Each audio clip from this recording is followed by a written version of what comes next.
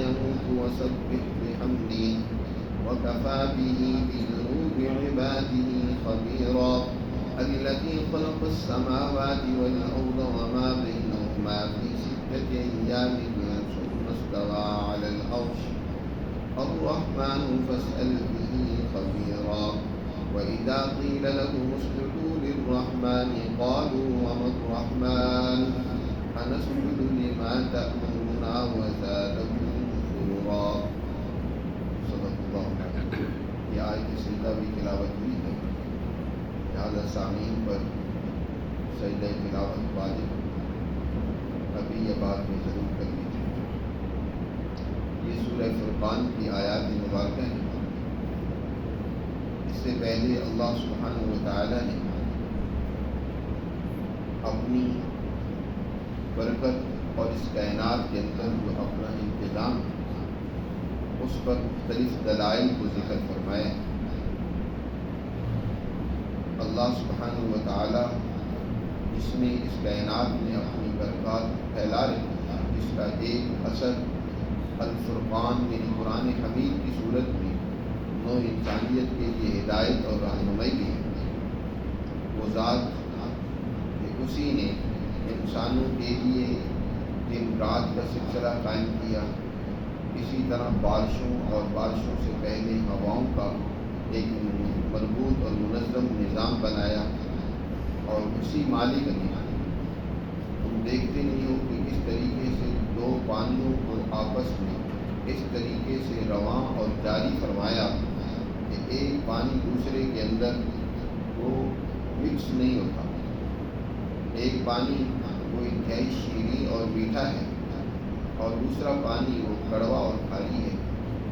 یہ پانی سمندروں میں بھی تمہیں نظر آئیں گے اور اس کے علاوہ دیگر پانیوں میں دریاؤں اور ندی نالوں میں بھی تمہیں اس کے نمونے ملیں گے، اور زمین کے اندر بھی تمہیں یہ ایک ایسی رکاوٹ نہ دیکھی جانے والی نظر آئے گی کہ ایک کا پانی یعنی کڑوا پانی اس میٹھے پانی کو خراب نہیں کرتا، اور ہر ایک کی اپنی خصوصیات و اثرات. اسی طرح جس مالک نے نو انسانیت کی ہدایت کے لیے اس آفاق میں اپنی قدرت کے نمونے اور دلائل پھیلا رکھے ہیں، اسی مالک اور ذات نے انسانیت کی روحانی ترقی اور مانوی اور مادی ہر اعتبار سے رہنمائی کے لیے اپنے پیغمبر جناب رسول اللہ صلی اللہ علیہ وسلم کو بھی مبعوث فرمایا ہے. آپ صلی اللہ علیہ وسلم کی بعثت پر مشرکین اور کفار کی طرف سے طرح طرح کے اعتراضات اور سوال اٹھائے گئے، جس کا اس سورہ مبارکہ میں بڑی تفصیل کے ساتھ مدلل جواب دیا گیا. آپ کی رسالت پر ایک مطالبہ یہ بھی کیا جاتا تھا کہ آپ اللہ کے رسول ہیں تو آپ کوئی انہونا کام کر کے دکھلائیں، اس طریقے سے کہ جیسے یہ پہاڑ مکہ کی یہ سونے میں تبدیل ہو جائے، یہاں بڑے بڑے باغات کھڑے ہو جائیں، فرشتے صف در صف آپ کے دائیں بائیں آپ کی باڈی گارڈ کے طور پر کھڑے ہوئے ہوں، اللہ میاں خود آئیں ہمارے سامنے اور وہ آ کر کہیں کہ یہ میری کتاب ہے، یہ میرا رسول ہے، تم اس کو تسلیم کرو. اس طرح کے عجیب و غریب مطالبے حضور صلی اللہ علیہ وسلم سے وہ کرتے ہیں. اللہ سبحانہ و تعالی نے آپ صلی اللہ علیہ وسلم کی منصب رسالت کو یہاں واضح کرتے ہوئے فرمایا کہ آپ دنیا میں کوئی اس طرح ساحر جادوگر انہونے کام کرنے کے لیے نہیں تشریف لائے. آپ کا مقصد تو در حقیقت انسانیت کو ان کے مظالم سے، ان کی برائیوں سے، خرابیوں سے، جرائم سے انہیں متنبع اور خبردار کرنا تھا. بعض وگرنہ جس راستے پر تم چل رہے ہو یہ راستہ تمہارے لیے تباہی و بربادی کا ہے. تو انبیاء اور خاص طور پر نبی کریم صلی اللہ علیہ وسلم انسانیت کے لیے نذیر بن کر ہے، انہیں خبردار کرنے کے لیے. اور جن لوگوں نے جناب رسول اللہ صلی اللہ علیہ وسلم کی تعلیمات کو قبول کیا، اس پر عمل کیا، ان کے لیے آپ بشیر بن کر آئیں کہ انہیں خوشخبری دی کہ تمہارے لیے دنیا اور آخرت میں کامیابی ہے. اللہ تعالیٰ ارشاد فرماتے ہیں وما ارسلناک الا مبشرا ونذیرا، اور نہیں بھیجا ہم نے آپ کو مگر مبشر اور نذیر بنا۔ آپ تو بس کیا ہے کہ جو تو آپ کی بات مان لیں، قرآن کی فرقان اور ہدایت سے، رہنمائی سے استفادہ کر کے اپنی زندگیوں کو درست کر لیں، تو ان کے لیے آپ خوشخبری سنانے والے وہ کامیاب ہوں گے دنیا میں بھی اور آخرت میں بھی۔ اور وہ نذیرا، اور جو نہیں آپ کی بات مانتے تو انہیں خبردار بھی کرتے ہیں کہ تمہارے لیے اللہ کا عذاب تیار ہے۔ اور اس سارے عمل پر، اس نذیر و بشیر پر آپ صلی اللہ علیہ وسلم مکہ کے کافر ہیں، دشمن ہیں، وہ آپ کو گالیاں دیتے ہیں، لیکن آپ صلی اللہ علیہ وسلم ان کو دعائیں دیتے ہیں۔ وہ آپ کا مذاق، تمسخر اور آپ صلی اللہ علیہ وسلم کو تکلیفیں پہنچاتے ہیں، لیکن آپ صبر کرتے ہیں اور اس کے باوجود ان کی انتہائی خیر خواہی کے ساتھ ان کی رہنمائی کرتے ہیں۔ اس سارے سے آپ کا کیا مقصد ہے؟ پہلے دنیا میں کوئی انسان کام کرتا ہے تو اس کے پیچھے وہ اپنے کوئی مقاصد و اہداف رکھتا ہے، تو آپ کا اس کے پیچھے کیا مقصد؟ کوئی دنیاوی مفاد اور لالچ ہے؟ اے پیغمبر، آپ واضح کرتے ہیں کہ میں اس سارے عمل پر تم سے کوئی معاوضہ نہیں چاہتا، میرا کوئی مقصد دنیاوی نہیں ہے۔ قل ما اسألکم علیہ من اجر، میں تم سے اس پر کوئی اجر اور معاوضہ تم سے نہیں مانگتا، میں صرف چاہتا ہوں تو یہی چاہتا ہوں کہ تم اللہ سبحانہ و تعالی جو تمہارا مالک ہے، جو تمہارا خالق ہے، جو تمہارا رب اور رحمان ہے، اس کی طرف آ جاؤ، اس کی تعلیمات پر عمل کرنے والے بن جاؤ اور اس طریقے سے کامیاب ہو جاؤ۔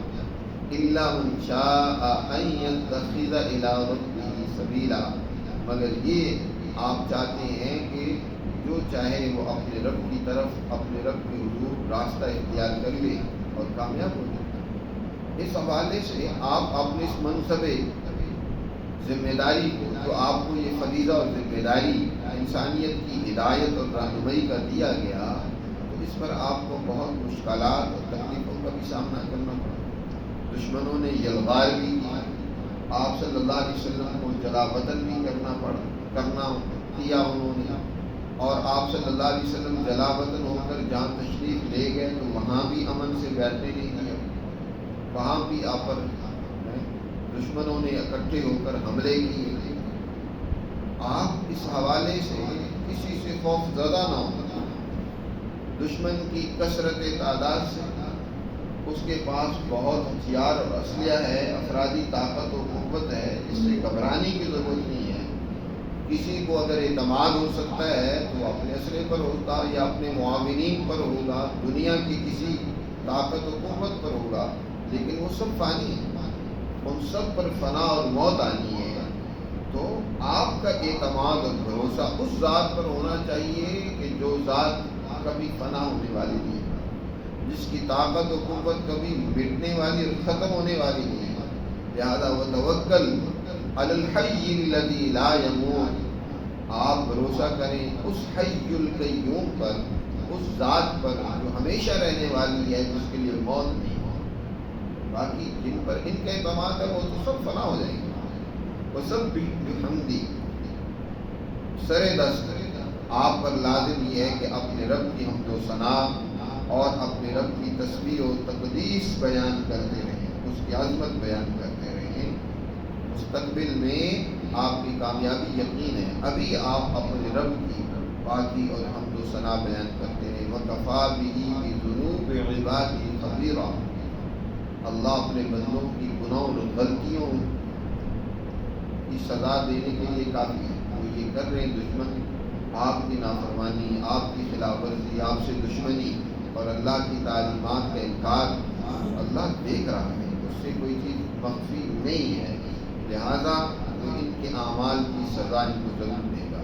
وَكَفَىٰ بِهِ بِذُنُوبِ عِبَادِهِ، اپنے بندوں کے گناہوں کے حوالے سے جو رب ہے، جو خبر رکھنے والی ذات ہے، جو ان کے اعمال کو دیکھنے والی ہے، وہ کافی ہے۔ وہ ذات کون سی ہے؟ وہ ذات ہے الذی خلق السماوات والارض وما بینہما، کہ جس نے آسمانوں اور زمین کو، جو کچھ ان کے درمیان ہے، صرف 6 دنوں میں بنایا۔ یہ ساری کائنات 6 دنوں میں بنی، 6 دنوں سے مراد حقیقی دن یا 6 دنوں سے مراد 6 اتوار ہیں، لیکن یہ دن ہماری گنتی کے ہمارے حساب سے یہ جو دن ہے یہ والے نہیں ہیں۔ اللہ کے حساب سے جو ایک دن وہ 1000 برس کا ہے۔ کل قیامت کے دن جیسے کہ دن 50,000 برس کا ایک دن ہوگا، وَإِنَّ يَوْمًا عِندَ رَبِّكَ كَأَلْفِ سَنَةٍ، یا دوسری جگہ پر 50,000 سنہ کے الفاظ آتے ہیں۔ فرمایا کہ یہ 6 دنوں میں یہ کائنات بنی، اور اس کائنات کا خالق وہی ہے جس نے ساری کائنات کو تدریجاً بنایا ہے، اسی ذات نے ہی تدبیر بھی کر رکھی ہے۔ خالق وہ ہے، اللہ کی صفات کمال وہ 4 ہیں، اور ان چاروں اللہ کی صفات کمالات کا اظہار اس کائنات میں ہے۔ پہلی صفت ابداع کہلاتی ہے کہ بغیر کسی مادے کے، بغیر کسی نمونے کے، خود سے اس مالک نے اس کائنات کا سب سے پہلے مادہ تیار کیا، اور پھر اس مادے سے مختلف مخلوقات کو اس نے ڈیزائن کیا۔ اس کو خلق کہا جاتا ہے کہ وہ خالق، وہ بدیع السماوات والارض بھی ہے، یعنی آسمان و زمین اور اس کائنات کا مادہ بھی بنانے والا ہے۔ پھر اس مادے سے اس نے بے شمار قسم کی مخلوقات کو ڈیزائن کیا، انسان بنائے، نباتات بنائے، جمادات، حیوانات اور نہ معلوم کتنی مخلوقات اس مالک نے بنائی ہیں۔ تو وہ خالق بھی وہی ہے۔ فرمایا کہ الذی خلق السماوات والارض وما بینہما، جس نے آسمان و زمین کی تخلیق کی اور جو کچھ ان کے درمیان ہے سب کا خالق وہی ہے۔ تو خالق کے بعد پھر اس کی اگلی صفت ہے تدبیر، کہ ہر مخلوق کو بنانے کے بعد اس کا ایک اس نے نظام بنایا، اس کا ایک طریقہ کار مقرر کیا کہ تم نے اس طریقے کے مطابق کام اور عمل کرنا۔ مثلا چاند سورج اس نے بنائے، ان کے ایک طریقہ کار اور ان کا ایک نظام بھی مقرر کیا کہ اس کے مطابق تم نے طلوع و غروب، اور اس کے مطابق تم نے اپنے عمل و کردار کو سر انجام دینا۔